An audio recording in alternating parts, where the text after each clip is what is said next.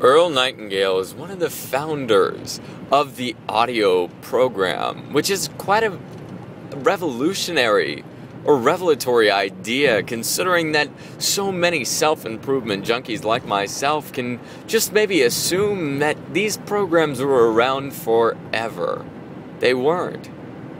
In Earl Nightingale's The Strangest Secret, he talks about what he calls the strangest secret, which I'm going to talk about today because it is a strange but powerful secret that can help you achieve the things that you want to achieve in your life, or at least understand why you are not getting the results you want.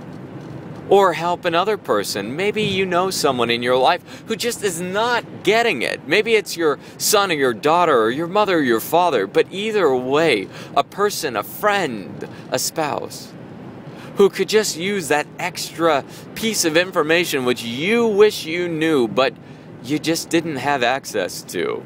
Would that be valuable for you to know? I'm here to tell you that Earl Nightingale's program was powerful. And it was short. And even though it was made almost half a century or more ago, it was just as relevant today as it was then. Because that is what we're talking about. And that is what he was talking about, laws. These are laws not of man, which can be avoided for a time, maybe even forever. These are the laws of life.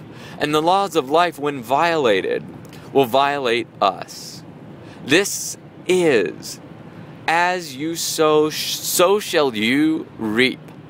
That is a basic law. What we give, we get. And so many people forget this, or they try to circumvent it. They think that they can get away with giving trash to people and getting gold in return. And in some ways, one man's trash is another man's treasure. But how sustainable is that? It's not very sustainable.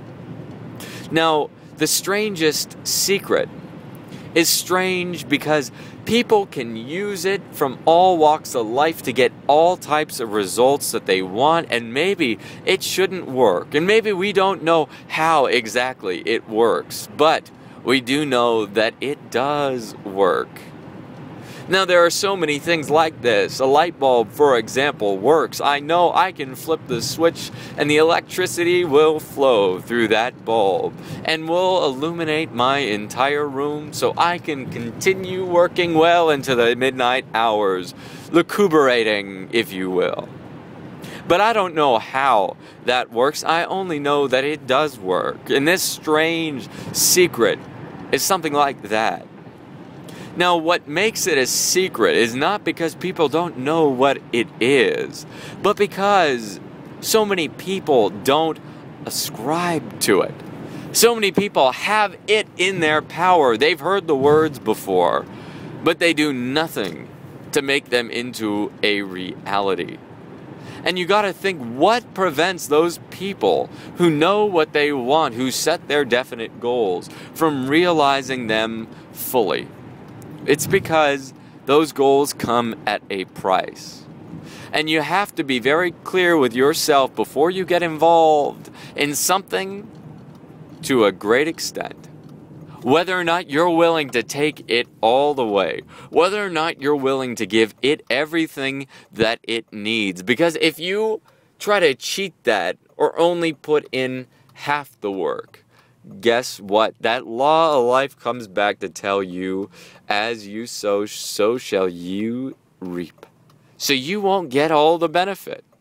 So there it is. First, you set your definite goals. Make them clear. It doesn't matter what they are.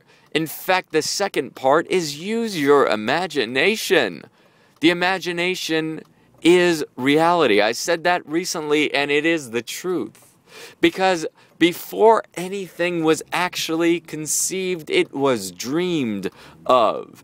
And if you lack that facility to dream of something, find someone who does. Because the thing is, oftentimes the dreamers lack all capabilities in order to actually realize those visions. But you know better than that because you're listening to this and because you're taking the time for yourself in order to learn these tools and these skills, which are so easily accessible, which everybody has access to. This is free content. You are receiving it, whereas so many people aren't. So give yourself a pat on the back for doing that. You deserve it. The next part is not to burn yourself out, because if you burn yourself out, guess what? You won't have the energy in order to take action, and without being able to take action, you have nothing you can achieve. Remember that. Even if you're taking action in the wrong direction, at least you'll get closer than if you were to do absolutely nothing. I remember Bear Grylls was once talking about how the very worst thing that you can do in a survival crisis is do nothing, is to make no decision, which so many people do. If you stand in the middle of the road, you will get run over. Even if by going to the other side you choose the wrong one. You know that for sure. Now, we don't have much time for the rest of this, but think about this. Are you coming from a perspective that you can or that you can't achieve that goal? Which thoughts come more readily to you? You think big and you think of all the obstacles that are going to get into your path. You think of all the hows and not the wheres. You think of all the what you have to do as opposed to why you have to do it. I'm here to tell you, forget all that. When there's a will, there is a what? A way. So find the will, find the why, find the where, and you'll find the means.